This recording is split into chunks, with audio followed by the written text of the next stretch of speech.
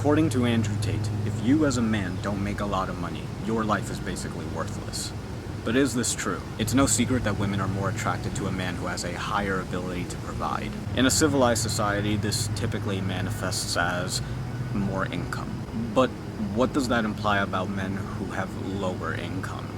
Does it make you less of a man? If you are low income, are you low income? Stick to the end of this video to find out. In college, I'm talking to this girl who's into like female-led relationships. So she likes it when the females are the dominant one in the relationship. And I knew that as a woman, like, she's attracted to men who make more money. Even those really, really woke people acknowledge this. She was talking about how she doesn't really care what hobbies a man has, whether their hobbies are really different than what she likes, as long as looks, personality, and career are in check. The fact that career was like the first, or like the fact that it was in her top 3 kind of caught me off guard. I mean, I knew money was important to her, but I didn't think it was like top 3. It kind of surprised. It's weird, like, I guess because she's into female-led relationships, it surprised me. We talked about that a bit more, and yeah, basically, like, it's not the most important thing, but it is, like, really hard to get into a man who doesn't make a decent amount of money. It's like looks for men. Like, are looks the most important thing? No, personality is more important, but like, it's really hard to appreciate personality when her looks are not at least decent. Now, let me tell you, as an English major, this hurt my fucking soul. The entire next week of classes, I'm just sitting there in the class, not paying attention to what the professor's saying or the discussion, just deep inside my own head, completely mindless, thinking about what gold diggers women are. Developing a sense of hostility to the women sitting right next to me in class. But why am I so angry? Because my ego is attacked. I'm an English major. I'm probably not going to make that much money out of college. It feels like more than your money. It feels like an indicator of who you are deep down inside. It feels like you are naturally just worth less than other men because they make more than double what you make easily. Wow, all this effort just to be half of what another man is. And this is how you end up alone at night. Full of tears. And not just tears, but rage too. At others, at yourself. Because you feel like a loser. You literally feel like your life is worth less than dog piss. But there is a way out of this. And no, I'm not gonna recommend you meditation and journaling and like going to the gym. Like, those things are all good. But there's a more simpler, more immediate way that is accessible to everyone to get over their own worthlessness. If you've been into self-improvement for any length of time, you've been recommended Stoicism. One of the late Roman Stoics was a former slave by the name of Epictetus. I'm currently reading through his discourses, and in book 1, there are quite a few chapters on providence, on God, and how it relates to humans.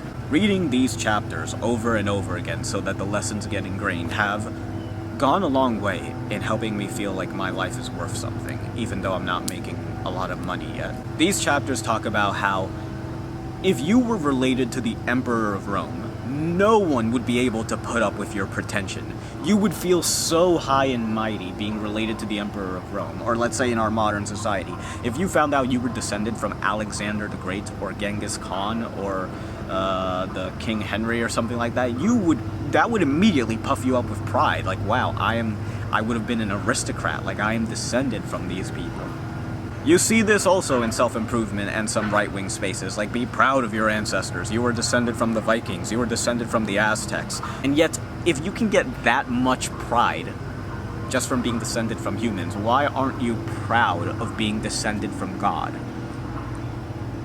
Not even by way of like God created my ancestors and then and then my ancestors had me. Like, no, God had a hand in creating you personally, directly. Believe it or not, this isn't a religious video. I'm not strictly Christian per se. I'm not strictly Buddhist or anything, but I will be advocating for religious principles in this video from Christianity and Buddhism, because they really help. You don't have to believe in the supernatural claims. You don't have to be open to the idea of the Christian God, but be open to the idea of a God. A God not meaning a being necessarily, but like a creating and sustaining force. You can call it synonymous with the universe, the Tao, the way, like just the world itself. You are a child of God. God created you from the same materials as everyone else. How does that not fill you with pride? That God placed within you a spark of His Spirit. And that spark of His Spirit is enough to cope with any challenge that life presents you. Simply by being a living being, you are, in a sense, a manifestation of God. Think about that. I think the reason why we don't, highly value this is because, everyone else is a manifestation of God, or everyone, if you don't believe in God, just substitute God with universe. Everyone else is a manifestation of God. But I don't think that cheapens it at all. If you have a loving family, and you make money, and you see everyone else around you with a loving family making money, does that cheapen your experience? No, not at all. Unfortunately, we don't go around to people saying, oh, hello, God in the form of an alcoholic addiction. Oh, hello, God in the form of poverty. Oh, hello, God in the form of an adult content addiction. What am I? Am I just a low-value male loser? No, I am God in the form of a Hispanic male, born in the United States, with masculine and feminine elements, who is overcoming a sexual fantasy addiction and went through the life circumstances that he went through. Anyone else, given your exact genetics and your exact life circumstances, would not have come out better or worse than you. Even God would have come out exactly the way you came out, given your circumstances and genetics. And the proof of that is you have God in you. God is in everything. Think about it this way. When you watch an animal documentary, there's this male animal who's fighting another male animal for a female. I remember this one documentary about penguins. A male and female penguin were together. They had a den together. And then when the male left, another stronger male came and started living with the female. When he came back, the two of them fought. The weaker male lost. And the female, she chose the stronger male. And then the weaker male was there, physically beaten, lost his woman, and now he has to start over from scratch because I'm pretty sure he lost that den too. Tell me, do you feel like that weaker male penguin was worthless? Do you feel like his life is worth nothing? Do you think he deserves to die? Do you think most people looking at the documentary would think that? How do you think women would react to that documentary?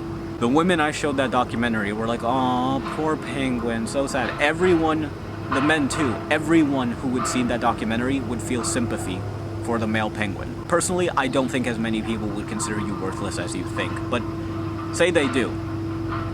This is a weird example, but imagine there were aliens looking at us as a documentary about primates. If a bunch of aliens were looking at you, they wouldn't say, "Look at this pathetic guy, I hope he dies." No, they would be like, "Man, I really wish I could help that guy. He deserves more than this." For what? Literally for nothing other than the fact that you are in bad circumstances. The animal doesn't have to be particularly cute, it doesn't have to be attractive, it can literally be disfigured. We feel sympathy for these animals. I don't know about you, but when I'm looking at stray dog rescues websites, I want to adopt the ugly dogs rather than the cute ones, because I know the cute ones can get a home. I want to adopt the ugly ones. Little stupid example, but I remember when I was a university student, I would always get the ugliest slice of pizza from the dining hall because I felt bad that no one else wanted it. I was watching this documentary on Netflix with my family called Chimp Empire. People feel bad for the chimp who's emaciated and struggles to socialize with the other chimps. No one ridicules him, no one hates him. That's the same way you should feel. If people feel that way for animals, why are you any different? You are an animal with a divine spark in you, as we all are. When you're out in nature, do you think anything here is worthless? The tree is beautiful, this rock is beautiful, this stick is beautiful. Even though I want to avoid them, because they might hurt me, every wasp here is beautiful, every insect here is beautiful, even in its own, terrifying way that terrifies the human instincts. You are made from the same materials as them. So why should you feel worthless? I have several immediately actionable steps for you. One, that is read the first book, and by book I mean chapter, it's not multiple books. Read the first book of the Discourses by Epictetus. I would recommend the Penguin Books version. Just Google Penguin Books Epictetus. It says Discourses and other writings, other selected writings. The second thing you could do is good works. So I attended this dopamine detox lecture from a Buddhist monk, and he said that one good thing to do in life when you feel a temptation to engage in instant gratification. Even if you don't feel tempted to do instant gratification, but you go through one of your worthless moods, do this. That is, do good deeds. Literally do a small act of kindness. You can donate money if you want to like any random thing online. That's a good first step, but me personally, that doesn't feel like actionable love, like it's just clicking a screen. You could do the dishes. You could clean the toilet. You could clean the sink. You could clean the bathroom. You could clean the mirrors in your house. You could play with your dog. You could get a garbage bag, go outside your neighborhood for like 15 minutes and literally just pick up garbage you see. Do a good deed that is like physical, actionable. Go out, hug your mom, and talk to your mom about her day. Ask her how her day's been. Doing good deeds makes you feel less worthless, because this is ultimately why men feel worthless, because they're not providing. They're not giving back to the community. They don't have any responsibility. Like, if a group of people are hiking through a mountain, what makes you feel like part of the group? Lifting a load. When you lift a load and you feel like you're contributing, that makes you feel like you're part of the group. It feels like you're worth something. Do a good deed for no other reason than just doing a good deed. My third actionable step is something that I myself am only just starting doing, so be aware I am asking you to do something that I myself have not done, like the other things I've done. And that is, adopt the Buddhist principle of refraining from killing insects. The logic, I don't know why what the Buddhist reason is for not killing insects, but I can tell you the way I interpret it is that, let's say there's a fly. I am now going to try to catch it in a cup and release it outside rather than kill it. The lesson being, this fly is disgusting, reviled, and utterly replaceable. It is universally reviled. Everyone hates flies. I hate flies. And it's easily replaceable. No one will miss it. Even other flies won't miss it if I kill it. And yet, despite all this fly's life is still worth preserving. This fly's life is still worth something. If this fly, that literally feeds on feces, and is reviled by everyone, and is easily replaceable, if this fly's life is still worth something, then hey, mine is too, obviously. Obviously, like, feel free to kill insects if they're threatening you. Like, if you see a black widow spider, then yeah, okay, maybe kill it, but like, you know what I mean. That's it for actionable steps. If you would like more immediately practical advice for your life, rather than those BS entertainment videos that don't change anything, and you're tired of all those macho red pill guys who don't understand you, hit the subscribe button. We're all gonna make it, boys.